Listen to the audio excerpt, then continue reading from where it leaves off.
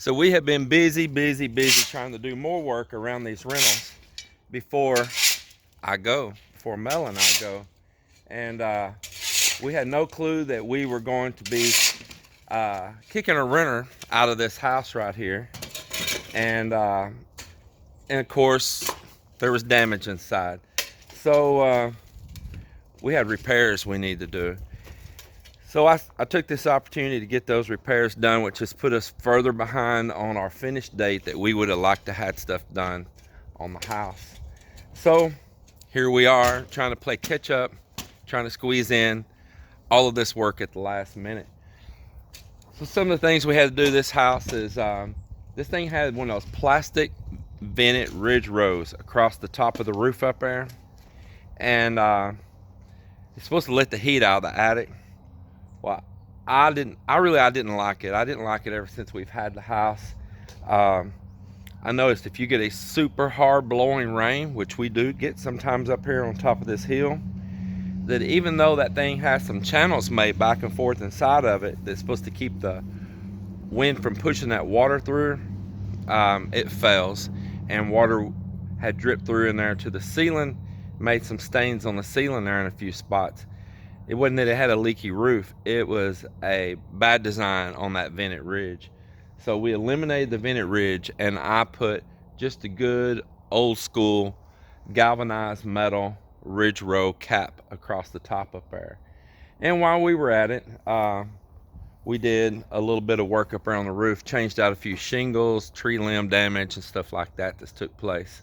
Now to back up a little bit on that vented ridge, one of the things that had happened is somebody, and I can't guarantee it was the renter, but nobody else had been around over here, had walked directly down that plastic ridge row and caved it in from one end of the house to the other. And it was in a perfect pattern that somebody would walk. So I guess they're going to walk down the peak of the roof and they step, and you can see it's right in the stride of a person walking, and caved it in. So that's what really caused the damage, and I had also got leaking going inside. So that is once again a good reason to change it so it don't encounter those problems again. The next thing is in the spare bedroom, they knocked a hole through the wall. What would you say that hole was? About 2 by 3 foot, James? Yeah. It had about a 2 by 3 hole through the wall. We had to change out a sheetrock panel in there, and because someone had walked down the ridge row of the roof and caused some leaking, it had done some water damage on a wall in there too. So we had another area that we had to rip out sheetrock and replace. I like to keep my houses in good shape, and the hardest thing about it is battling renters, which any of you out there know. A couple of you deal with rentals and that are my subscribers. I know it. We've had conversations about it. Y'all know what I'm talking about. So let's step inside here. I'll show you a few more things. So as you see, we've got brand new flooring in this house. I'm gonna have to kick off my boots here. I got a little mud on them. I don't want to walk in. Melinda's done cleaned in here. We put new flooring throughout the living room here. This did have carpet, and another thing we encountered was when we pulled the carpet up, the floor was damaged and rotten right over here, and it wasn't like that before. Well, they had window units in here, which I had disagreed with them having those window units. They were improperly installed. That was one of the things that began this argument between them and I, was to remove those and the really bad install they did. Well, the window unit had been leaking right here in front of this window, and it had rotted out about a 2 by 2 area in my floor. We had to cut a section of the floor out. Luckily, the joists were all still perfectly good, and put in a new piece of subfloor. This is the reason why I didn't want those window units, especially if they're improperly installed. They're not bad if they're properly installed, but this was definitely improperly installed. So we got this floating flooring over it after we got the carpet ripped out, so I think it looks pretty good. What do you guys think? We did a little touch up on the paint on the walls. There, it's typical little scratches and stuff. You can't help that. So this is a small bedroom. This is the wall here that had a about 2x3 hole knocked through the wall that we had to replace that panel. Up in this bedroom up here, if you see this damage I've got to still repair, this is from somebody walking down that ridge row at the peak of the roof. That's the peak line right there. And smashed it down and caused the roof to leak. And here we are with damage. So we still got to try to fix that. And as well, we had to replace the panel on this wall here too. We still need to get a lot cover on there. So I want to tell some of you about the story on this house and how we came about having this home right here, and how it's become a very profitable home for us. Even though we sustain some damages sometimes, that's the rental world, we know that. Let me tell you the story about this house. So I bought a piece of property on the lakefront, on the waterfront, and this trailer house was on that lakefront, and it was severely damaged. Now, you could barely even see this house. It sounds like I got some echo here. I'll step in the next room. You could barely even see this house. It had those holly bush hedges that had been planted around it. Well, being that the house wasn't occupied and just sat there, those holly bushes had grew up so tall, and some red tips at the other end, that they had literally engulfed the house. You could not even see this house other than a corner of a roof through those holly bushes. Amazing. Those things, those hedges, if you don't trim them, they grow huge. Well, the house was in there on this lakefront lot, and the house was damaged. And what had happened is a huge pine tree, and I mean a huge pine tree, had cracked and broke and fell during a storm, or it got old and rotten. I'm not sure, I wasn't there. And it fell across the roof of this house, right through where the bathroom is and the back door back here. And it literally split the house right there. Can you imagine the weight of a big tree encountering a mobile home? And so when you walked in the house and you went down that hallway, you could look up at the sky and you could look down and see the ground right through, because the roof gone, the water had took away all the floor underneath there. But the frame wasn't bent, and the electrical wasn't damaged. A miracle, a miracle. The house was stronger than I thought it would be. And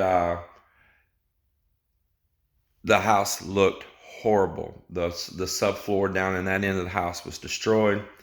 So when I was making a deal to buy the property, they were going to discount this property because it needed this house towed away from there. And the house was considered, a total loss on it.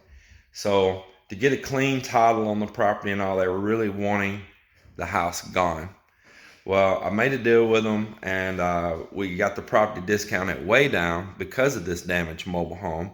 It gave me a really good price point, and I said, I'll be the one handling removing that house, and we'll discount it out of the property price and all. And I ended up with this house really for free. It was a free home. In fact, I was really discounted off the property on the price of it for the removal of this home. And we went to repairing it, and let me show you some things we did. So from starting here in this hallway where you see the change color in the floor, down through here, we changed every bit of this subfloor, and we did away with the top that was there before, and we put a good high quality subfloor. We did it all throughout this bedroom. We pried the walls up, slid new wood under the walls. Throughout the bathroom, which we put treated wood in this area, in this linoleum. And then up here in the restroom, it did not break none of that wall. It had all of this broke in. It hit it right across through this main beam, or the center point up here. And all of the ceiling was gone. You looked at sky right there. So we rebuilt all of that, rebuilt the little trusses, put cripples on them. And then when I Put the ceiling back in here. I pulled it with poly and I put sheetrock. And since it's a mobile home and can shift, we didn't tape in bed. We did just like the rest of the mobile home and put these little strips on right there. Did all the ceiling in here. And the same thing where the ceiling was damaged down the hallway. I did the same thing. I put sheetrock, I put these little strips, trimmed it back out. The house had a horrendous floral pattern on the walls that was just so ugly, and we put a primer on these walls so it would bond to it, and we painted all the walls. Then we put floating flooring that I bought at a really great price and shot that in over it. Bought some baseboard trim and all, and voila, it was done. Let me show you a little bit more first though. So the same thing in here in this master bedroom. We changed about 50% of the flooring here across to the middle of this master bedroom. There was some damage along over near that area, but it was all good over here. So we changed about 50% of the flooring here. And anywhere I had it opened up, I put brand new insulation in the floor, super thick. So I didn't get 100% of the house re-insulated in the floor, but I got a good 1/3 of the home re-insulated in the floor, and it's probably the only places it needed. This house has a wide closet across the end in here, a little entertainment system in the middle, and so that's the work that we had to do. It was paint, repair the floor, and repair one section up on the roof. This house has the double windows on it. It's got the inner window and the outer window. It was considered a cold pack on this house. It was well insulated, well built. I talked to the people that their father bought this house new, and it was bought with a winter pack on it. So here we are in the kitchen here. Got to see the bay windows. Dishwasher was already in there. We did put this stove. It had a stove, and it stayed in here for a long while and was used, but we decided to upgrade it, and we put a nicer stove in. And we bought this refrigerator that was a little different size than what most refrigerators are. And we had to get one that would fit in below those cabinets there. We bought that. I think we gave like $75, $100 or something only for that refrigerator. Ice maker works, everything. So here it is. It's a pretty nice looking little home. Now this time we did have to upgrade the faucet, and the next time I'll probably upgrade the kitchen sink. Inside in here, this is the little laundry room, and there's that floral pattern I was talking about. So this is this little home outside right here. You see, it's a pretty nice house. We painted the red and the colors to match with existing buildings here on the farm. See how nice this is. Well taken care of. Doing smart things like when you put the underpinning and you put this this trim on right here that holds the underpinning, caulk that. If you don't caulk that, water will weep in behind there and debris and start rotting out the siding. Those are little things you can do to protect the house. As you see this, we replaced some of this material up here when we bought it. It was cheap, it was easy to put on, and here it is. Some guineas here in the yard. This is the little house. You see it's in really good shape. Another thing I encounter with renters is that they had backed the vehicle up before, trying to back up to this porch right here, and they backed in right through this area here that I told them again and again that is my septic there. And they got in there, they got stuck, and they damaged the sewage line. And I want to be clear that this was not the last renters, it was the renters before them. And it was still functioning, but it wasn't functioning properly. And so I knew I needed to get in there and fix that pipe.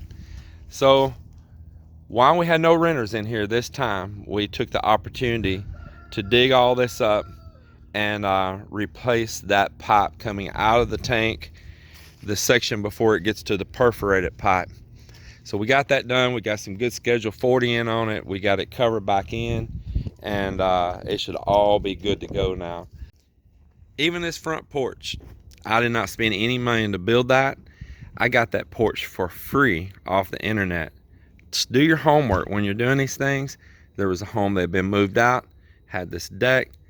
They said, you can have the deck. Well, man, I got there with my trailer, loaded up. All I had to do was just bring it here, put it in place. I wanted to tell you the rest of the story about the house. So virtually, I got the house for free, or you could even say that I got it for free plus money for removal, discounted off the price of the land. It probably saved me, honestly, because of this house there needed to be removed away and all the work that was going to be involved. It probably knocked off $25,000 off the value of the property at the time because of this home being there. So we patched up the house mostly right where it's set. We started doing the repair right there when I bought the land, and we probably did 80% of the work on site right then. Got the house nice and tidy. We cut away all the holly bushes, and got the thing prepared to move out. It cost me $1,800 to have it moved here to my farm. And here at the farm, I already had septic and water and a kind of pre-set up yard because my grandmother's home used to be right here, and there was a concrete slab that I could put it on. It was a win-win. So the labor and the materials, by the time I finished on this house, of putting all of that subfloor, the insulation, rebuilding the roof down there, doing some other repairs throughout the home, cleaning it up, getting it was full of trash now, I'll tell you, it was full of trash.